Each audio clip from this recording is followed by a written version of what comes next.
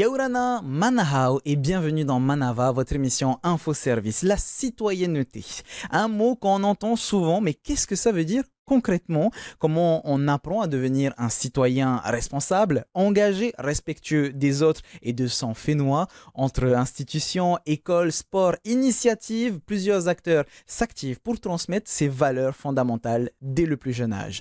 Justement, nous avons sur notre plateau d'un côté Heinoui Lekai, qui est président de la commission d'éducation à l'Assemblée de la Polynésie française, et Tehiti Decline Lucas, présidente de l'ARJPF, l'Assemblée des représentants juniors de la Polynésie française. Yorana, vous deux. Yorana. Yorana. Et de l'autre, nous avons Stéphanie Sanker, qui est donc chargée de mission à la DG2E, et Grégoire Massonnet, conseiller pédagogique à la DG2E. Yorana. Yorana. Alors aujourd'hui, on va essayer déjà de savoir, quand on parle de citoyenneté, qu'est-ce que ça veut dire. Grégoire, je me tourne vers toi. Citoyenneté, c'est quoi? Alors déjà, le concept de citoyenneté, il est vieux comme le monde, hein, il date des Grecs, hein, la cité. Alors, il faut savoir que la finalité des programmes scolaires, c'est de former un citoyen autonome et responsable. Et c'est dans cet état d'esprit que s'inscrit l'enseignement moral et civique dans les programmes scolaires.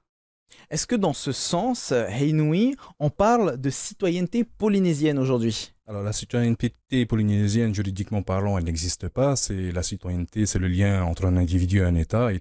N'étant pas un État souverain, la citoyenneté juridiquement n'existe pas. Par contre, nous avons bien un hymne, un drapeau qui sont reconnus dans le cadre de l'autonomie. Et je dirais que la citoyenneté polynésienne, finalement, elle est présente en chacun de nous, déjà dans nos cœurs, dans nos valeurs, dans notre sentiment d'appartenance, à notre fénois, à une culture, à une identité, une histoire propre. Et c'est aussi ça que l'école essaie de renforcer dans les enseignements au quotidien. Ensuite, c'est un engagement vraiment personnel, un engagement citoyen pour sa communauté et pour son pays. Alors Tehiti, tu as toi été élu à la tête de l'ARJPF, l'Assemblée des jeunes représentants de l'Assemblée Polynésie française junior. Qu'est-ce qui t'a donné envie de t'engager au tout début? Parce que vous avez dû débattre, défendre aussi le fait d'être élu ou pas. Donc pourquoi est-ce que tu t'es engagé toi? Pour représenter mon école, parce que ça me faisait plaisir de participer. Ça t'a pas fait un peu peur d'être là devant tout cet hémicycle avec tous ces adultes, de devoir parler devant tout le monde? Si, énormément. Ça m'a fait énormément peur. Et pendant que je faisais mon discours, j'ai pleuré. Tu as pleuré. C'est par émotion ou par stress? Ça peut être les deux même? Les deux.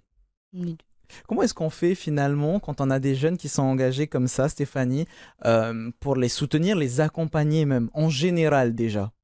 Alors, d'abord, pour introduire, il faut savoir qu'il y a deux dispositifs qui existent pour plonger les jeunes dans la vie citoyenne du pays et comprendre un peu les rouages de cet exercice.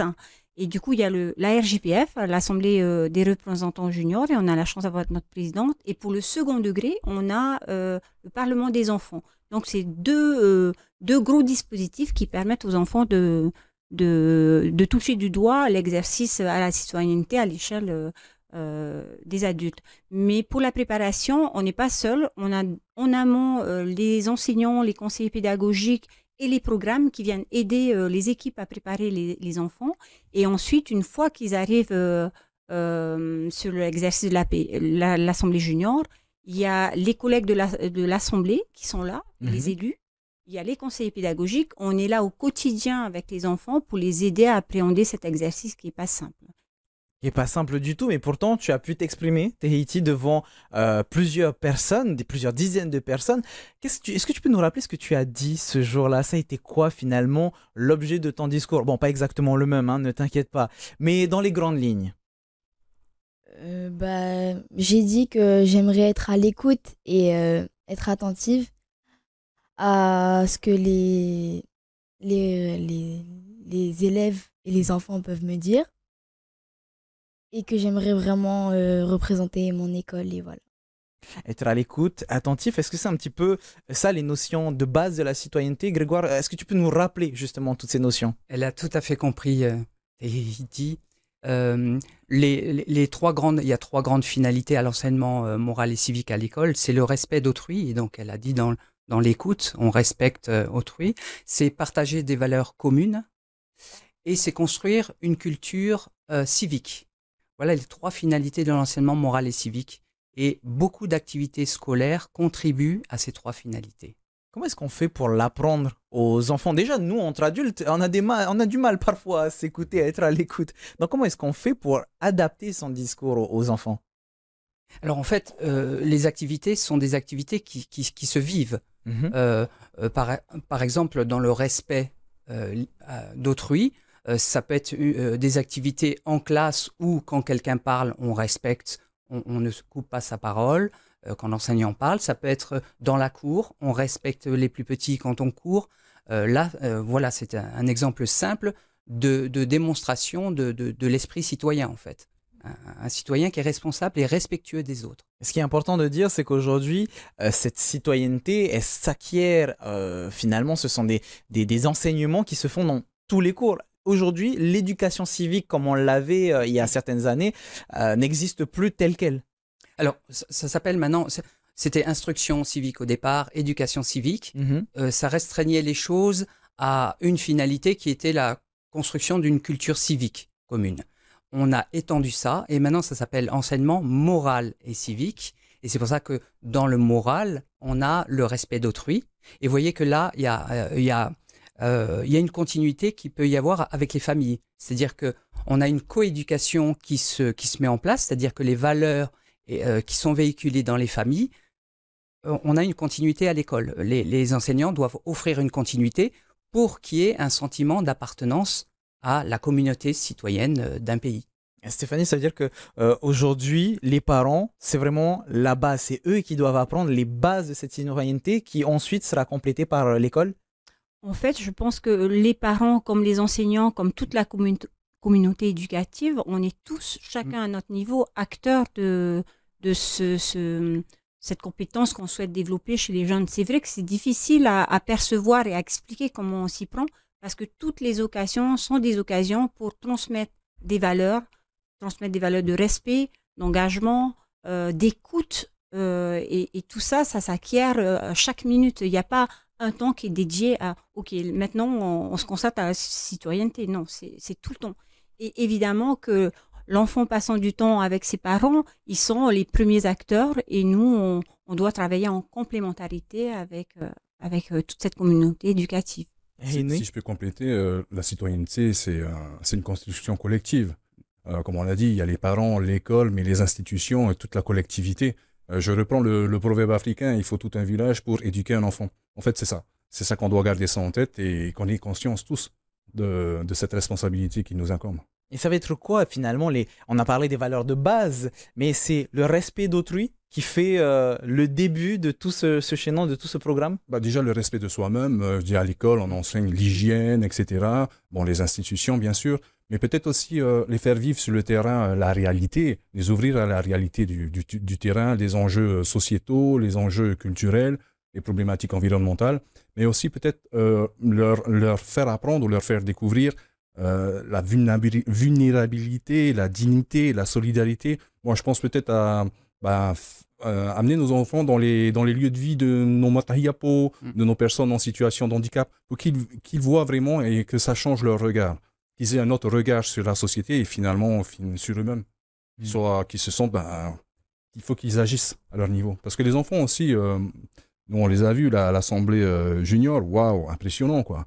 Ils étaient même plus matures que nous adultes et je sens que les enfants ils veulent se faire entendre.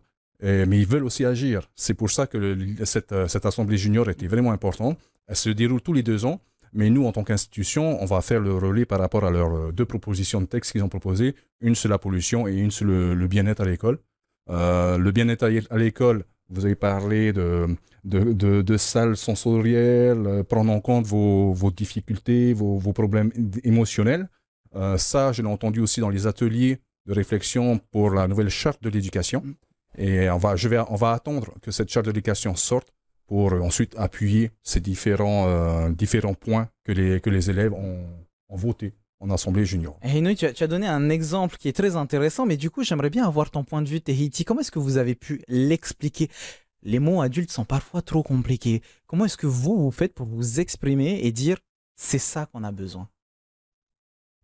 Franchement, on parle comme d'habitude, mais on ose un peu le temps.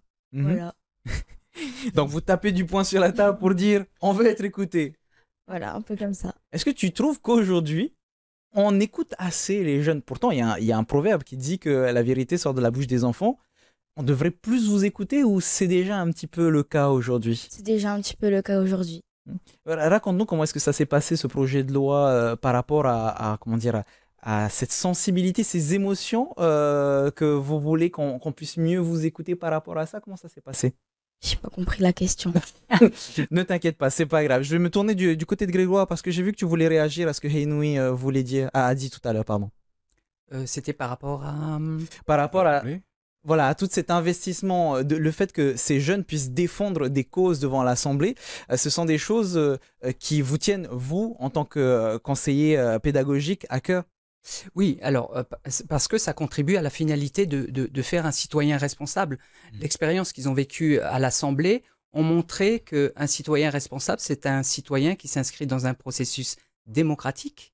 On présente des textes de loi, mais ces textes de loi, ils vont passer en commission pour être étudiés, ils vont être discutés, amendés, et ensuite ils vont être votés. Et c'est tout ce qu'a vécu ces 57 représentants, tout ce qu'ont vécu ces 57 représentants juniors.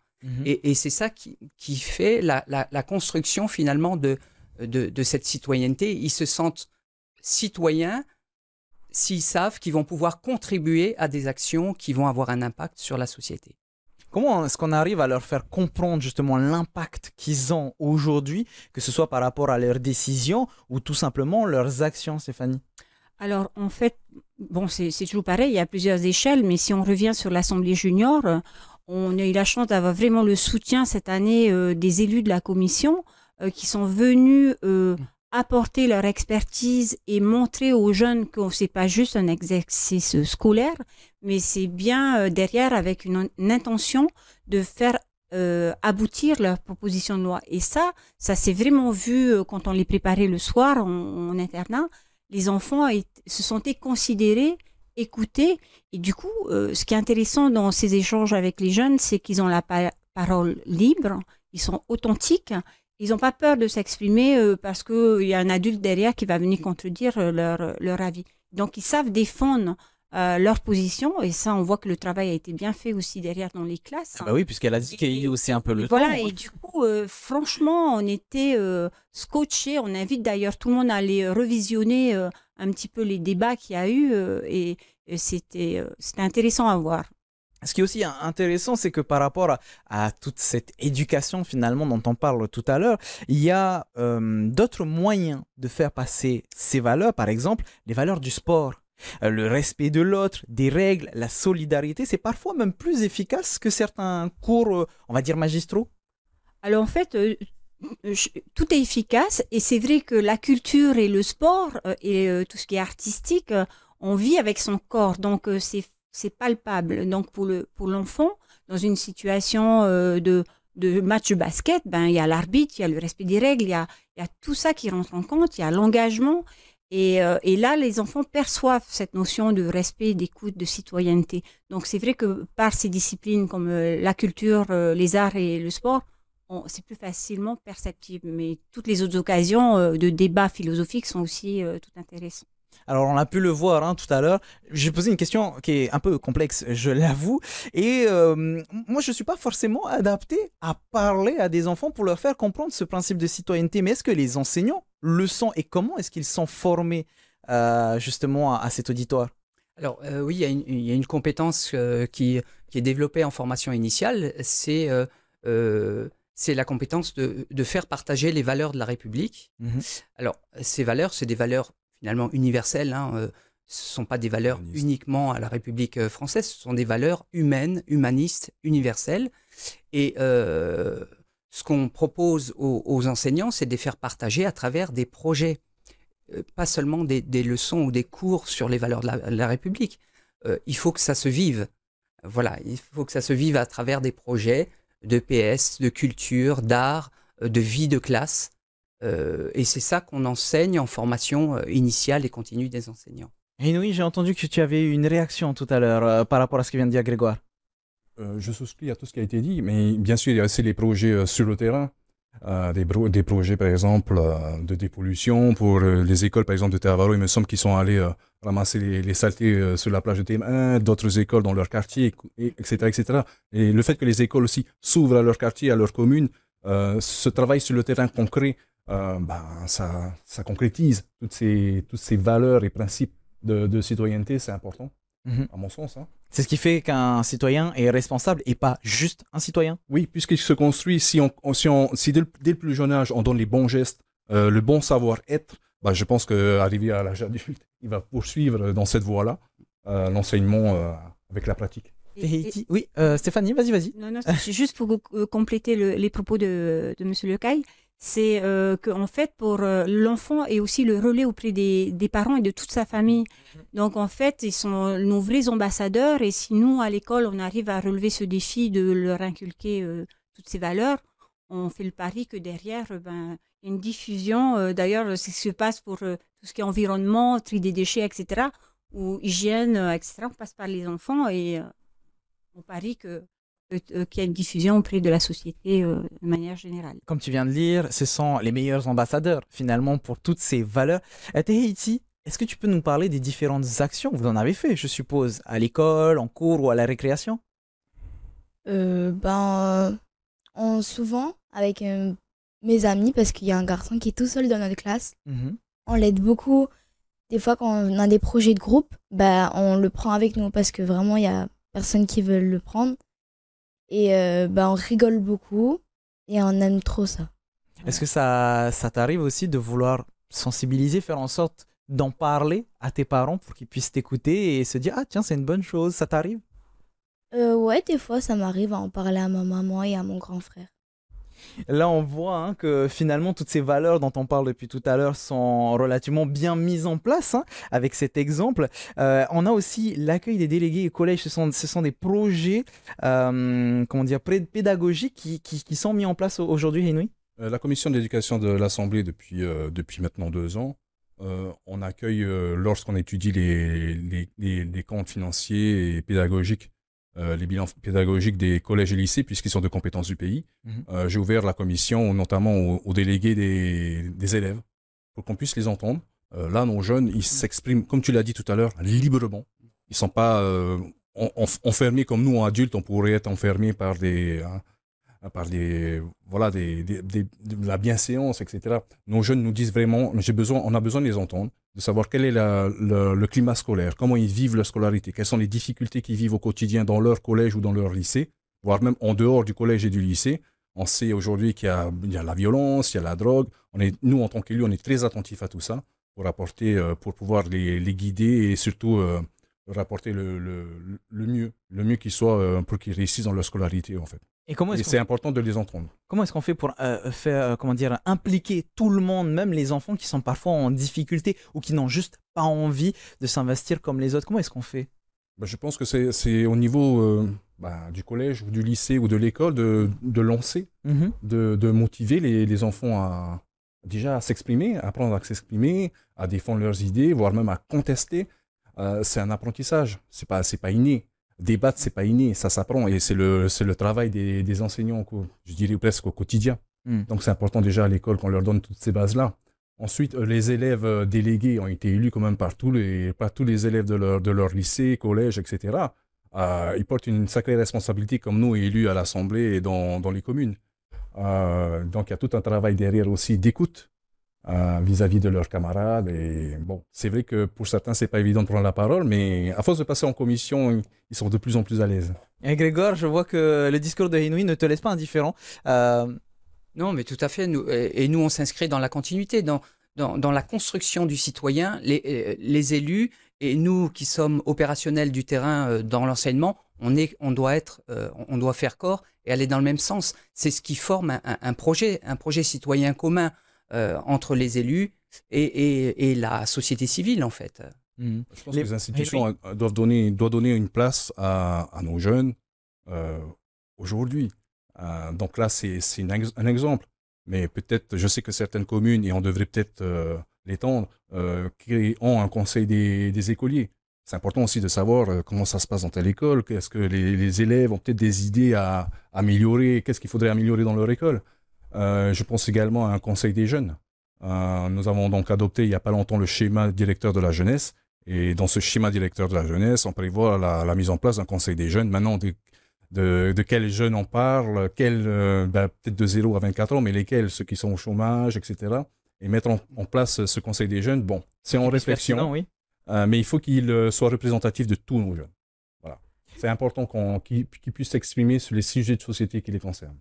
Stéphanie? Oui, alors pour essayer d'apporter un élément complémentaire à ta question initiale, comment on peut intéresser les jeunes qui ne souhaitent pas? En fait, c'est de partir de leur problématique propre et choisir des thématiques qui va les intéresser. Et pas juste imposer des thématiques institutionnelles ou voilà.